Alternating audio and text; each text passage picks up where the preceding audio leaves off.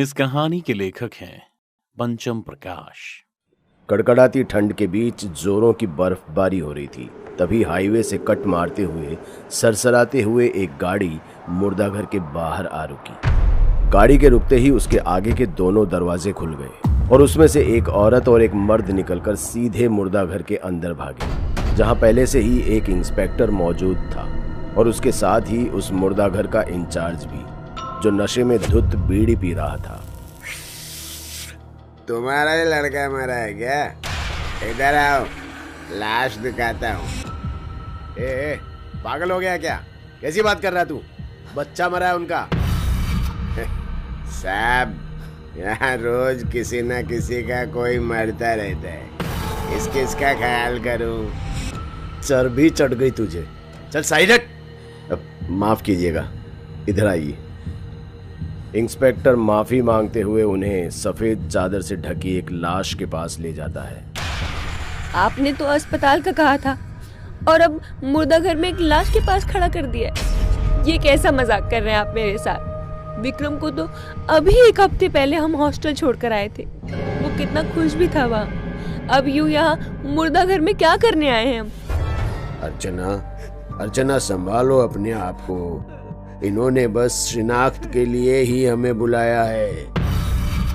उमेश अर्चना को समझा ही रहा था कि इतने में पुलिस ने लाश के मुंह से चादर हटा दी, जिसे देखते ही अर्चना अपने बेटे विक्रम का नाम लेकर चीखते हुए रोने लगी। जवान बेटे को यो लाश बना देखकर उमेश भी खुद को रोक नहीं पाया और फूट फूट कर रोने लगा। फिर न जाने क्यों उमेश को क्या सूझा, वो सीधा उठा और इंस्पेक्टर के गिरेबान को पकड़ते हुए दीवार में सटा दिया। बता क्या हुआ मेरे बेटे के साथ? बोल, वरना मैं खड़े खड़े तेरी वर्दी उतरवा दूंगा।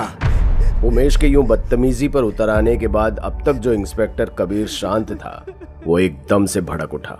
फिर उसने उमेश के हाथों को झटकते हुए कहा, होश में रहकर जुबान खोलिए उमेश सक्सेना। मैं आपके टुकड़ों पर पलने वाला कुत्ता नहीं हूँ जो आपकी इन धमकियों से डर जाऊंगा। अगर अभी आपने अपना बेटा नहीं खोया होता ना, तो फिर मैं दिखाता कि खड़े खड़े और भी क्या किया जा सकता है।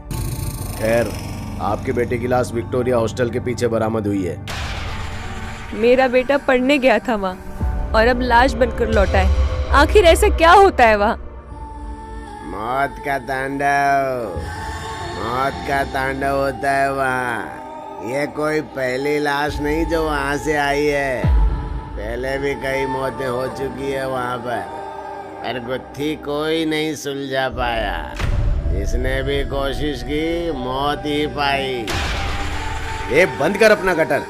सक्सेना सर, आपसे वादा रहा, ये गुत्थी मैं ही सुलझाऊंगा और उन्हें कटघरे तक पहुंचाकर ही दम लूंगा, फिर चाहे उसके लिए कुछ भी हो। जवान हो, जोश है, कर लो कोशिश। बाकी समझदार तो दूर ही रहते हैं वहां से। इतना कहता हुआ मुर्दाघर का वो इंचार्ज बाहर चला गया और जाते जाते कबीर को ये चुनौती भी दे गया कि वो क्या, कोई भी इस केस को नहीं सुलझा सकता, क्योंकि इसके पीछे बहुत कुछ रहस्यमयी है। लेकिन कबीर भी अब ये ठान लेता है कि वो सच का पता लगाकर ही रहेगा। इसलिए वो अगले ही दिन विक्टोरिया हॉस्टल में एक कॉलेज स्टूडेंट बनकर पहुंच गया। लेकिन हॉस्टल पहुंचते ही उसे बड़ा अजीब लगता है और वो सोचने लगता है कि एक पहाड़ी के अंत में यूं खाई के पास भला हॉस्टल कौन बनाता है और भला ऐसी जगह पर कोई अपने बच्चे को कैसे छोड़ सकता है, वो भी सक्सेना जैसे लोग। हॉस्टल को देखते ही ये वीरान जगह लगती थी। कबीर हॉस्टल में जा ही रहा होता है कि तभी एक चौकीदार उसे रोकता है। कहाँ चले बाबू? हॉस्टल में एडमिशन लेना है। एडमिशन लेना है तो रात में आइए, दिन में यहाँ कोई काम नहीं होता है। क्या? दिन में कोई काम नहीं होता? क्यों? अरे नहीं होता है मतलब नहीं होता है। क्या, क्यों, कैसे, ज्यादा सवाल ना करो बाबू, चले जाओ। बड़े अजीब नियम कानून है। कबीर ने अभी अभी अपनी बात पूरी भी ना की थी कि इतने में चौकीदार वहां से निकल गया। कबीर ने भी सोचा अगर पूरा सच जानना है तो ठंडे मिजाज से काम लेना होगा, इसलिए वो रात होने का इंतजार करने लगता है। वहीं हॉस्टल के गेट पर बैठे बैठे सुबह से शाम हो जाती है, पर वहां कोई हलचल नहीं होती। यहां तक कि शाम के बाद रात ने भी अपनी घनघोर चादर ओढ़ ली थी और हॉस्टल अब भी उतना ही वीरान था, जैसे वहां कोई रहता ही ना हो।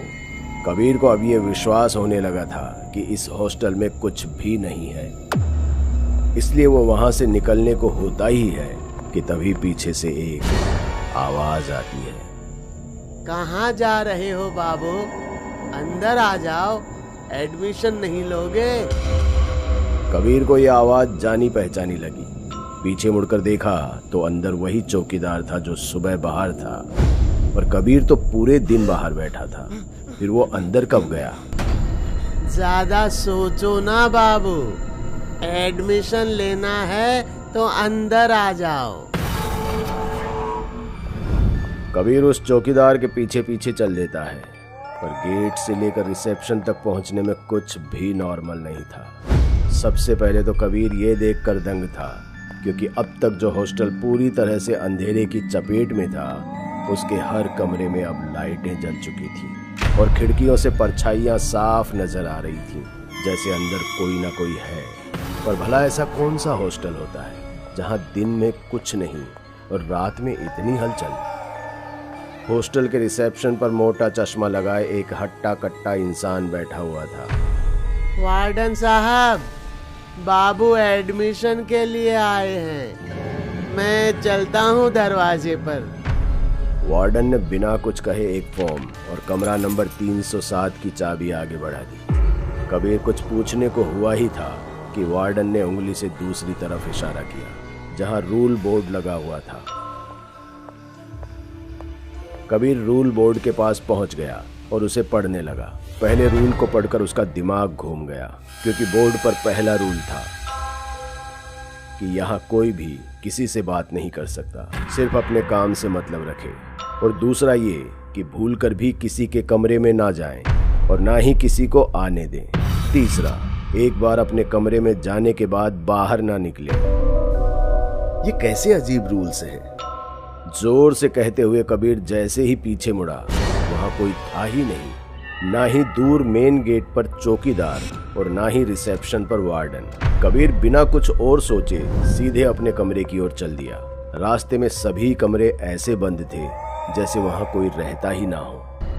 फिर वो अपने कमरे 307 में पहुंचकर अपना बैग रख अपने कमरे को चारों तरफ से देखने लगा।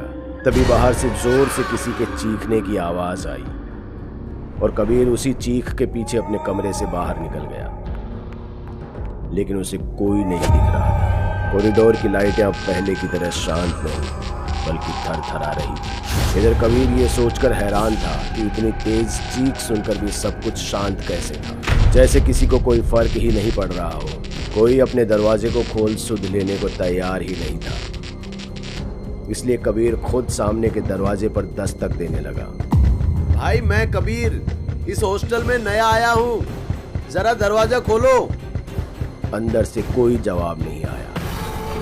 कबीर तीसरे फ्लोर के सभी दरवाजों को आजमा लेता है, पर कोई बाहर निकलने को तैयार ही नहीं था। फिर अंत में वो एक दरवाजे को धक्का देकर तोड़ देता है। अंदर कमरे का हाल ऐसा होता है जैसे कोई आग लगी हो और जमीन पर एक कंकाल पड़ा था जिसका आधा सिर जला हुआ था। कबीर उल्टे पांव बाहर निकलता है तो देखता है कि इस पूरे हॉस्टल में आग लगी हुई है और कमरे के अंदर से धुआं निकल रहा है। जिस कमरे में दस्तक देने के बाद भी कोई नहीं खोल रहा था, अब हर दरवाजे पर अंदर से कोई दरवाजा खोलने के लिए चीख रहा था, मदद मांग रहा था कि दरवाजा खोलो, अंदर आग लगी है। पर उन्हें कोई सुनने वाला नहीं था। कबीर ने जैसे ही दरवाजा खोलने की कोशिश की कि आग की एक तेज लपट उसकी तरफ बढ़ी और उसके कपड़ों में आग लग गई। कबीर शरीर पर लगी आग की लपटों को बुझाते हुए ऐसे घबराया कि वो कब सीढ़ियों पर पहुंच गया उसे पता ही नहीं चला और वो सीढ़ियों से फिसलता हुआ नीचे गिर गया। इससे उसके कपड़ों पर लगी आग तो बुझ गई, पर अब वो पूरी तरह से घायल हो गया था। वो दर्द से कराहते हुए उठ ही रहा था कि तभी उसकी नज़र चौकीदार पर गई और वो उसी की तरफ बढ़ गया। कबीर ने उसे आवाज़ भी लगाई पर वो पीछे मुड़ा ही नहीं, बस बुत बना आग को देखे जा रहा था और उसके आगे वार्डन की अधजली लाश पड़ी थी। चाचा, क्या हो रहा है यहाँ? ये आग यहाँ कैसे लगी और इन्हें क्या हुआ? अरे किसी को मदद के लिए क्यों नहीं बुलाते आप? मदद के लिए बहुत देर हो गया है बाबू। अब तो ये आग रोज सीने में चुभन बनकर जलती है। इतना कहते ही वो चौकीदार पीछे मुड़ा और कबीर के होश उड़ गए, क्योंकि वो भी बुरी तरह जला हुआ था। अरे ये क्या हुआ आपको? चलिए यहाँ से निकलते हैं और हॉस्पिटल चलते हैं। बाबू, मुर्दों को डॉक्टर की जरूरत नहीं होती। मतलब जानना है बाबू? तो ये देखिए फिर। इतना कहते ही चौकीदार कबीर को गिरेबान से पकड़कर उसे कॉरिडोर के सबसे आखिरी दीवार पर सटा देता है और फिर हर रूम से लाशें किसी ज़ॉम्बी की तरह बाहर निकलने लगी और धीरे धीरे कबीर की तरफ बढ़ने लगी। पर कबीर दीवार में ऐसे चिपक गया था कि हिल भी नहीं पा रहा था। क्यों कर रहे हो तुम मेरे साथ ऐसा? क्या बिगाड़ा मैंने तुम लोगों का? अरे तुमने तो उस बच्चे को भी नहीं छोड़ा जिसे तुमने कल मारा था। क्यों छोड़ता बाबू है? क्यों छोड़ता बताइए? हम लोगों को जिंदा जलाकर मारने वाला भी एक बच्चा ही है। बात दरअसल करीब 4 साल पहले की है, जब इस इलाके में सिर्फ एक ही हॉस्टल था, विक्टोरिया हॉस्टल। काफी नाम था इस हॉस्टल का, जिसे देखते हुए बिल्डर ने भी अपने यहाँ नया हॉस्टल खोला और उसका नाम भी विक्टोरिया हॉस्टल रख लिया। और जब पुराने विक्टोरिया हॉस्टल वालों ने इसका विरोध किया तो उन्होंने कहा, ठीक है, कल से आपको सिर्फ एक ही विक्टोरिया हॉस्टल देखने को मिलेगा। उसकी इस बात को सुनकर विक्टोरिया हॉस्टल वाले निश्चिंत हो गए।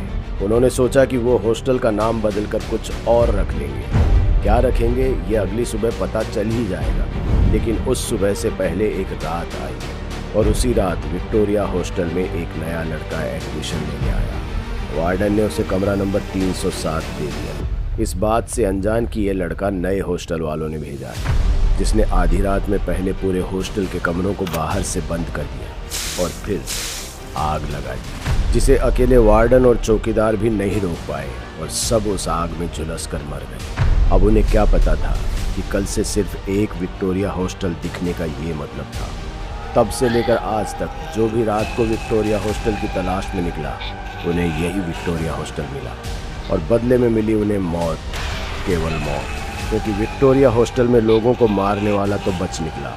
इसलिए अब जो भी रात को यहाँ आता है, वही विक्टोरिया हॉस्टल में मरे सभी लोगों की नज़रों में उनका हत्यारा बन जाता है। ऐसे में इंस्पेक्टर कबीर के साथ क्या हुआ होगा, ये बताने की ज़रूरत तो नहीं है ना?